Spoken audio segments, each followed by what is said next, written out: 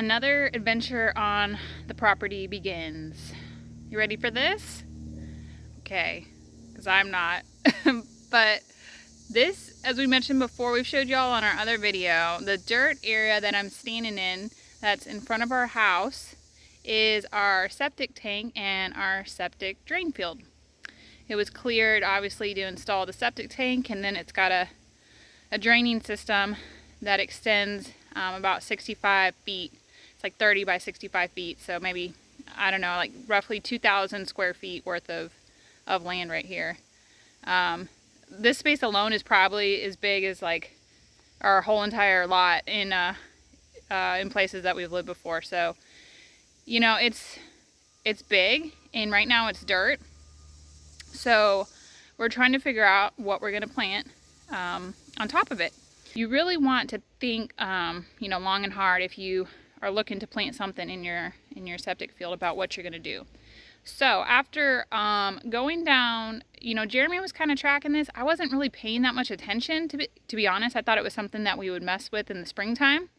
But come to find out, here in Virginia with cold weather grass, you got to be planting now, like today. It's September here, so really anytime before now and up to October, before the first freeze hits, you want to be planting and seeding your cold weather grass.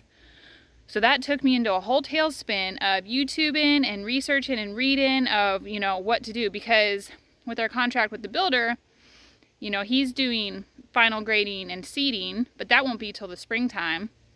And that's really not the ideal time to plant a nice lawn here. So, you know, really to have a nice lawn here, or potentially something here by the time the house is finished in the springtime, we need to move now. So that's what my research, you know, determined. This soil right here, as you can tell, it's been cleared.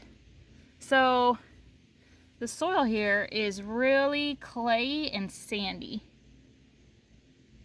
And guess what's not going to grow on that? Grass. Like, I don't know if anything would grow on that, because it's just not, all the organic matter has been taken off so that they could do their construction work, which happens on construction sites. That's why landscaping with the new build can be challenging no matter what area you're in. So I did some research. I went driving all around town this morning to some local garden places and some local mulch and soil companies. They were so nice. They answered all my questions. They really kind of gave me you know, some lessons on what I need to do. So we're gonna order topsoil, number one. And we're gonna plant some fescue, really nice, high quality grass seed with no weed content in it. So that or very, very little weed seed in there. I mean, it's just pretty much grass seed. So it's good stuff. I'm gonna borrow, hopefully a tiller from Chad's dad and till this area up. They're gonna bring the topsoil in. They're gonna lay it out flat. And then after that, I'll put the seed down with the seeder, maybe till it up one more time to give it a good mix in, and then I got to make sure that I can water it. So hopefully all this is going to happen within like the next 2 weeks.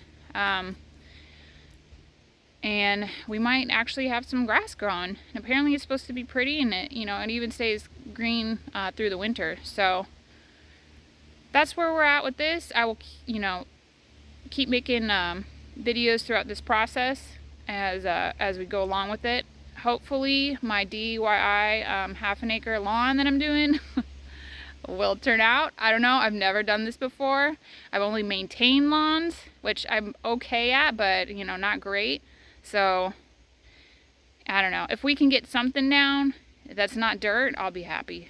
So that's kind of my goal. I just set the bar like really low so that anything that I do is, I feel proud about. It helps. Hey guys, it's been about a week since that last video, and as you can see behind me, we just got some topsoil delivered. It's good quality stuff. It's gonna be really good foundation for the grass to grow on instead of just this dirt. So that just got dumped off today. We got 6 cubic yards dropped off. Probably could have gone with just a little bit more, but that was the biggest load their dump truck could do, and I just didn't want to pay for, you know, multiple dump trucks and multiple trip charges. So we just went with the 6 cubic yards, and we're going to work with that. We're going to spread it out. Jeremy and Chad have talked me out of hand tilling this myself, which I'll probably be very thankful for later on. Chad's actually going to rent a rake spreader for his equipment, and then he's going to come here and kind of give this a little, the first layer, you know, break it up a little bit, and then spread this topsoil down on top of it, and then we'll be ready to seed. I bought a spreader today, so that's all happening on Saturday afternoon, and I just need to water it, and hopefully we'll have some grass here soon. Chad was over here last night with the power rake in his machine and got all that soil pushed out. So now it's nice and flat. He tilled it up, the existing soil a little bit, and then spread out the topsoil on top of it. So I'm just going through right now with my rake just to kind of get out some of the tractor sheds and just make sure all the roots are out. So I'm going to get working on that, and then I'll be ready to lay down the seed. The raking is finished. Looks a lot better now. It's smooth. There's no, you know, real distinct bumps or, you know, mounds anywhere. It's kind of leveled to just the naked eye. So that works for me right now. And as you can see, the soil is looking a lot better. Remember before when we first started out, it was just that sandy clay, but now it's got a good mixture of that existing soil with some good topsoil mixed back in, which had that, you know, nice organic matter that we need for this lawn to grow. So I'm pretty happy with the soil mixture now. It's a little, some spots have a little bit more rock and debris than I would like, but again, the goal for this is just to get some kind of lawn on the ground and hope that something will grow, and as we continue to work and you know, expand on it year after year, it will get better and better. So I bought a seed spreader, and Chad dropped off the seed that we're going to use. I'll show you that. And I need to YouTube how or what to set the seed spreader at. You know, there's different rates on how fast or how much seed will come out when you use this spreader. So it's a Scott's brand, and I didn't buy a Scott seed, so I've got to just kind of do a little bit of research to figure out what setting I need to get the spreader on, and then I'll be ready to lay the seed. Turns out seed spreader instructions are super confusing. In case you've ever wondered, there's a bunch of different spreaders out there and a bunch of different types of grass, so it's like gobbledygook of as far as what's setting you should set it to. Sorry, Jeremy's calling me. I'll call you right back, Jeremy. So what I've determined, and I think on the right track, is that I've got this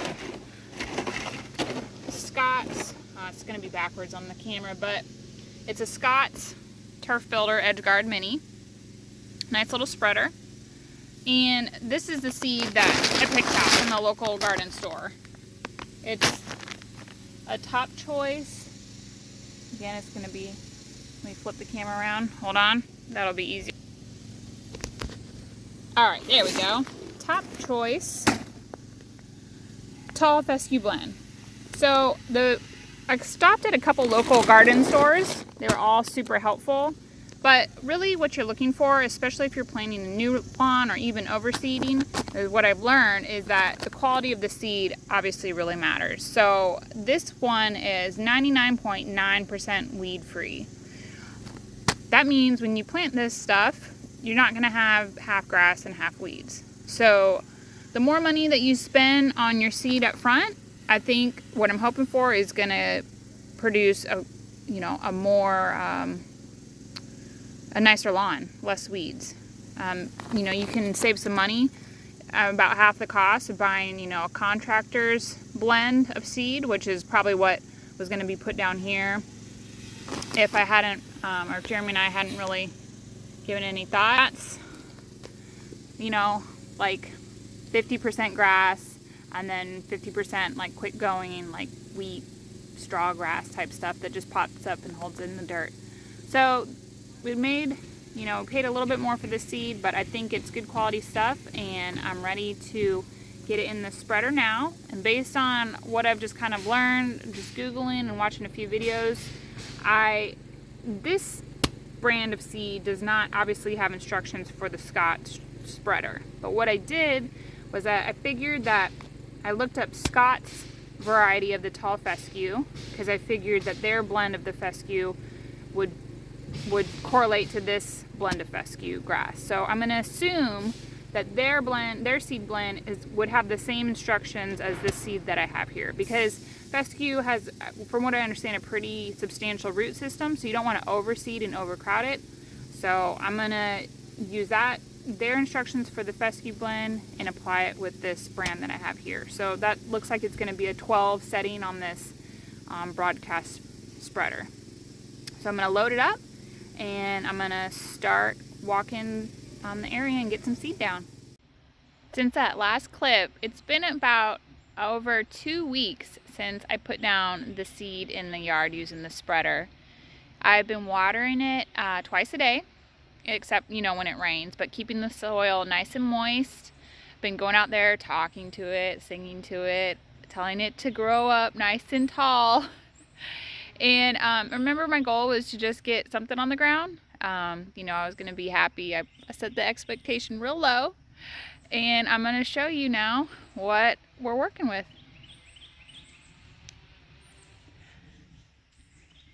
We have grass.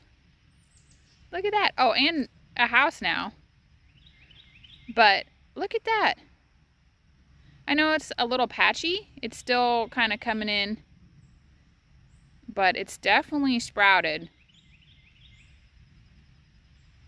I just need to come through at some point and kind of fill in where, you know, it looks worse on camera, but there is grass there. It's just a little bit finer than some areas. So I think what I would change if I ever do this again, or what you could change and learn from my mistakes, is that when I went around with the spreader, the spreader that I was using, it comes out a lot heavier right at the center of the spreader, right? So that's where it drops the most amount of seeds, and it does spread it out, you know, it's a broad spreader, so it spreads it out further than that drop point. However, I don't know, maybe I just needed to use a different broad spreader. I don't know if this one was the best, or maybe don't use a broad spreader, because it wasn't evenly dispersed. So we're right underneath the spreader where the seed came out, and I'll show you here.